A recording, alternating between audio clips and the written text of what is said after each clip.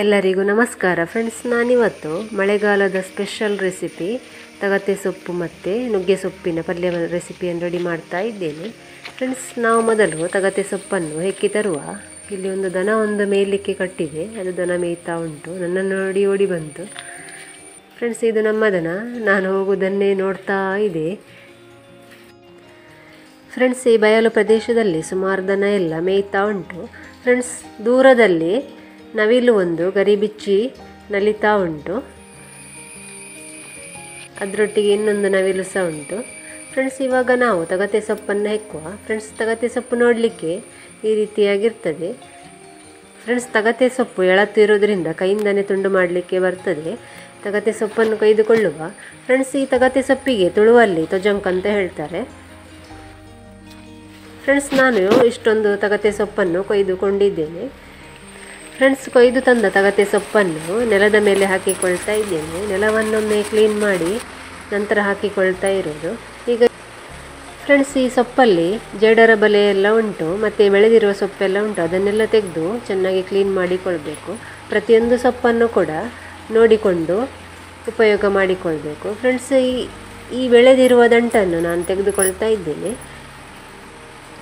ಸೊಪ್ಪು ಎಳತ್ತು ಇದ್ದರೆ ದಂಟು ತೆಗೆದು ಸೊಪ್ಪನ್ನು ಹಾಕಿಕೊಳ್ಬಹುದು. ಇದೇ ರೀತಿ ಎಲ್ಲವನ್ನು ಕ್ಲೀನ್ ಮಾಡಿಕೊಳ್ಬೇಕು.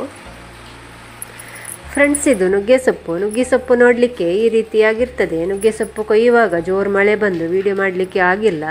ಫ್ರೆಂಡ್ಸ್, ಈ ನುಗ್ಗೆ ಸೊಪ್ಪನ್ನು ಪ್ರತಿಯೊಂದು ಎಲೆನೂ ಚೆನ್ನಾಗಿ ನೋಡಿಕೊಂಡು ನಂತರ ತೆಗೆದುಕೊಳ್ಬೇಕು. ಇದರಲ್ಲಿ ಸಹ ಹುಳ ಮತ್ತು ಜಡರ ಬಲೆ ಎಲ್ಲ ಇರ್ತದೆ. ಅದನ್ನು ತೆಗೆದು ಬಿಸಾಡಿ ಕ್ಲೀನ್ ಮಾಡಿಕೊಳ್ಬೇಕಾಗ್ತದೆ.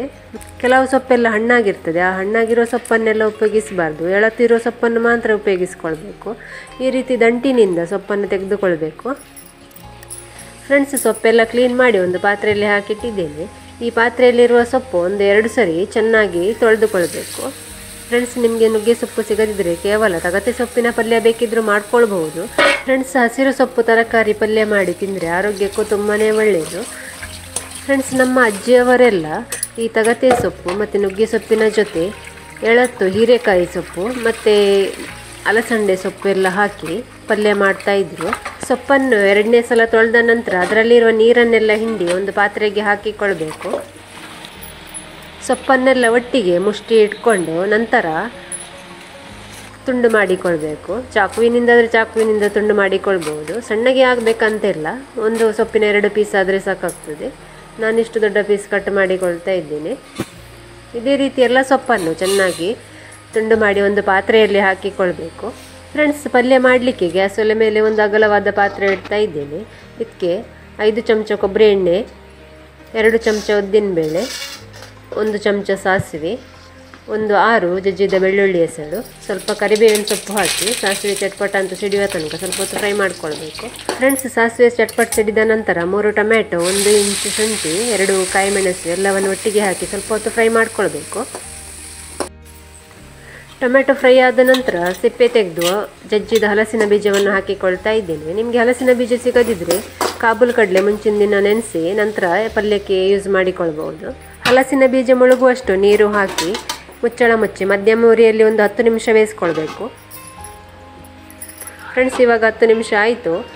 ಹಲಸಿನ ಬೀಜ ಎಲ್ಲ ಚೆನ್ನಾಗಿ ಬೇಯ್ತಾ ಉಂಟು. ಫ್ರೆಂಡ್ಸ್, ಈಗ ಇದಕ್ಕೆ ನಾನು ಕಟ್ ಮಾಡಿಟ್ಟ ಸೊಪ್ಪನ್ನೆಲ್ಲ ಹಾಕಿಕೊಳ್ತಾ ಇದ್ದೇನೆ. ಫ್ರೆಂಡ್ಸ್, ಮಳೆಗಾಲದಲ್ಲಿ ತಗತೆ ಸೊಪ್ಪೆಲ್ಲ ಎಲ್ಲೆಂದರಲ್ಲಿ ನೋಡಲಿಕ್ಕೆ ಸಿಗ್ತದೆ. ಅದನ್ನೆಲ್ಲ ತೆಗೆದು ತಂದು ಪಲ್ಯ ಮಾಡ್ಕೊಳ್ಬಹುದು. ಫ್ರೆಂಡ್ಸ್, ಈಗ ಇದನ್ನೊಮ್ಮೆ ಚೆನ್ನಾಗಿ ಮಿಕ್ಸ್ ಮಾಡಿಕೊಳ್ಬೇಕು. ಫ್ರೆಂಡ್ಸ್, ಸೊಪ್ಪು ಮಿಕ್ಸ್ ಮಾಡಿದ ನಂತರ ಬಾಡಿ ಸ್ವಲ್ಪ ಆಗ್ತದೆ.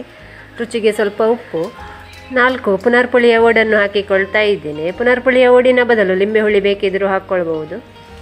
ಮಿಕ್ಸ್ ಮಾಡಿದ ನಂತರ 3 ಚಮಚ ಕೆಂಪು ಮೆಣಸಿನ ಹುಡಿಯನ್ನು ಹಾಕ್ಕೊಳ್ಬೇಕು. ನಾನು ಮನೆಯಲ್ಲೇ ರೆಡಿ ಮಾಡಿದ ಸಾಂಬಾರು ಪೌಡರನ್ನು ಹಾಕಿಕೊಳ್ತಾ ಇದ್ದೇನೆ. ಫ್ರೆಂಡ್ಸ್, ನೀರು ಕಡಿಮೆ ಇದ್ದರೆ ಒಂದು ಅರ್ಧ ಲೋಟ ನೀರು ಹಾಕಿ ಮುಚ್ಚಳ ಮುಚ್ಚಿ ಒಂದು 5 ನಿಮಿಷ ಬೇಯಿಸ್ಕೊಳ್ಬೇಕು. ಫ್ರೆಂಡ್ಸ್, ಬೇಯಿಸುವಾಗ ಮಧ್ಯಮ ಉರಿಯಲ್ಲಿಟ್ಟು ಬೇಯಿಸಿದರೆ ಒಳ್ಳೆಯದು. ಫ್ರೆಂಡ್ಸ್, ಈಗ ಒಮ್ಮೆ ಮುಚ್ಚಳ ಓಪನ್ ಮಾಡಿ ನೋಡುವ. ಈಗ ಇದಕ್ಕೆ ನಾನು 1 ಕಪ್ ಕಾಯಿ ತುರಿಯನ್ನು ಹಾಕಿಕೊಳ್ತಾ ಇದ್ದೇನೆ. ಫ್ರೆಂಡ್ಸ್, ಈ ಟೈಮಲ್ಲಿ ನಿಮಗೆ ಉಪ್ಪು ಹುಳಿ ಖಾರ ಕಡಿಮೆ ಇದ್ದರೆ ಟೇಸ್ಟ್ ನೋಡಿಕೊಂಡು ಹಾಕ್ಕೊಂಡು ನಂತರ ಮಿಕ್ಸ್ ಮಾಡಿಕೊಳ್ಬಹುದು. ಪುನಃ ಒಂದು 5 ನಿಮಿಷ ಮುಚ್ಚಳ ಮುಚ್ಚಿ ಮಧ್ಯಮ ಉರಿಯಲ್ಲಿ ಬೇಯಿಸ್ಕೊಳ್ಬೇಕು. ಫ್ರೆಂಡ್ಸ್, ಆರೋಗ್ಯಕರವಾದ ನುಗ್ಗೆ ಸೊಪ್ಪು ಮತ್ತು ತಗತೆ ಸೊಪ್ಪಿನ ಪಲ್ಯ ರೆಡಿ ಆಯಿತು. ಈ ಪಲ್ಯ ರೆಸಿಪಿಯನ್ನು ನೀವು ಒಮ್ಮೆ ಟ್ರೈ ಮಾಡಿ. ಮಳೆಗಾಲದಲ್ಲಿ ವಿಶೇಷವಾಗಿ ಮಾಡುವಂತಹ ರೆಸಿಪಿ ಇದು. ಹಲಸಿನ ಬೀಜ ಹಾಕಿ ಮಾಡಿದ ಸೊಪ್ಪಿನ ಪಲ್ಯ ರುಚಿ ಅಂತೂ ತುಂಬಾ ಅದ್ಭುತವಾಗಿರುತ್ತೆ. ಫ್ರೆಂಡ್ಸ್, ಈ ವಿಡಿಯೋವನ್ನು ನಿಮ್ಮ ಫ್ಯಾಮಿಲಿ ಫ್ರೆಂಡ್ಸ್ಗೆಲ್ಲ ಶೇರ್ ಮಾಡಿ. ನೀವು ನಮ್ಮ ಚಾನಲ್ಗೆ ಹೊಸಬರಾಗಿದ್ದರೆ ಮರೆಯದೆ ಸಬ್ಸ್ಕ್ರೈಬ್ ಮಾಡಿ, ಸಪೋರ್ಟ್ ಮಾಡಿ. ಎಲ್ಲರಿಗೂ ಧನ್ಯವಾದಗಳು. ಬಾಯ್, ಟೇಕ್ ಕೇರ್.